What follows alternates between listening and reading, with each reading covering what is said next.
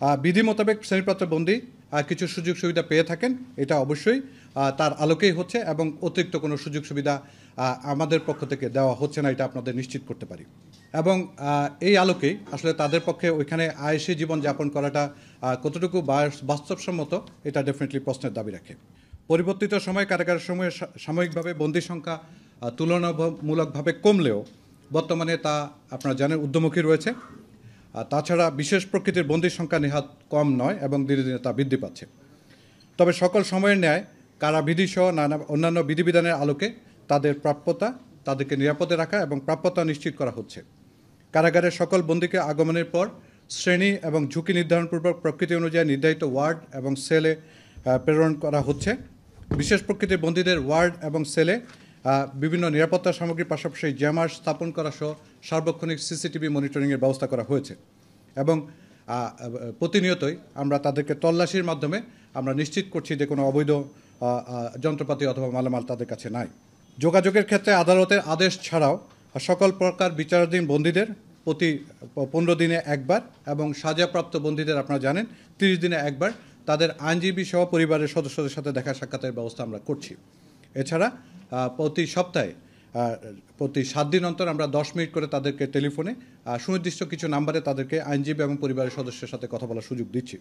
শ্রেণীপ্রাপ্ত বন্দীগণের দিনে দুবেলা এবং অন্যান্য সকল বন্দীদের দিনে একবেলা আমিষ জাতীয় খাদ্য দ্রব্য প্রদান করা হচ্ছে, যেটা নিয়ম অনুযায়ী।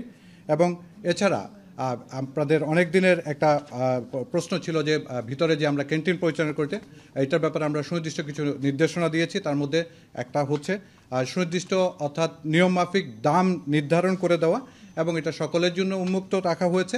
এবং এর পাশাপাশি সকল বন্দীদের মাসিক একটা সুনির্দিষ্ট সর্বোচ্চ অঙ্কের ব্যয় নির্ধারণ করে দেওয়ার জন্য আমরা পদক্ষেপ নিয়েছি এবং অতি অল্প সময়ের মধ্যে এটা কার্যকর করা হবে।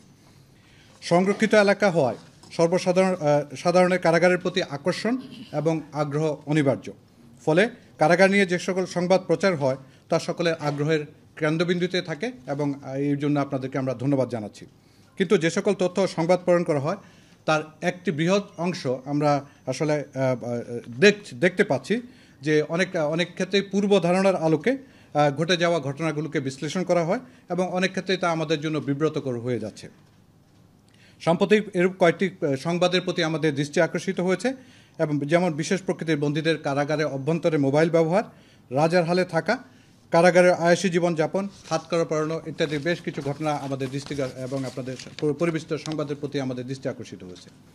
আমরা আপনাদেরকে এ ব্যাপারে দৃঢ়ভাবে বলতে চাই, আমরা আমাদের সর্বোচ্চটা দিয়ে চেষ্টা করছি যাতে যে সকল অনিয়ম ইতিপূর্বে কারাগারের অভ্যন্তরে হতো তা প্রতিরোধ করার জন্য এবং প্রতিনিয়ত আমরা এটা থেকে ইমপ্রুভ করার চেষ্টা করছি।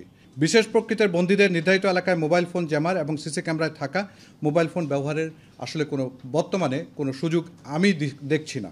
হাওয়ার বিধি মোতাবেক শ্রেণীপ্রাপ্ত বন্দী কিছু সুযোগ সুবিধা পেয়ে থাকেন, এটা অবশ্যই তার আলোকেই হচ্ছে এবং অতিরিক্ত কোনো সুযোগ সুবিধা আমাদের পক্ষ থেকে দেওয়া হচ্ছে না, এটা আপনাদের নিশ্চিত করতে পারি। এবং এই আলোকেই আসলে তাদের পক্ষে ওইখানে আয়েসি জীবন যাপন করাটা কতটুকু বাস্তবসম্মত, এটা ডেফিনেটলি প্রশ্নের দাবি রাখে।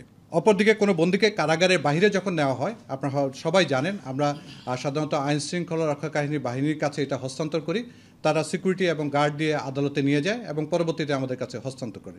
তো ইতিমধ্যে যদি কোনো ঘটনা অথবা দুর্ঘটনা অথবা অনাকাঙ্ক্ষিত ঘটনা ঘটে থাকে, এ সময় অনেক ক্ষেত্রে এটার জন্য আমাদের কারা কর্তৃপক্ষে দায়ী করা হয়। এ ব্যাপারে আপনাদেরকে আমরা সুনির্দিষ্ট করে বলতে পারি, এটা যেহেতু তারা আমাদের ওই সময় আমাদের আওতার বহির্ভূত থাকে, তাহলে এই ঘটনাগুলো আসলে কারা কর্তৃপক্ষকে দায়ী করাটা আমার মনে হয় হয়তোবা সমীচীন হবে না।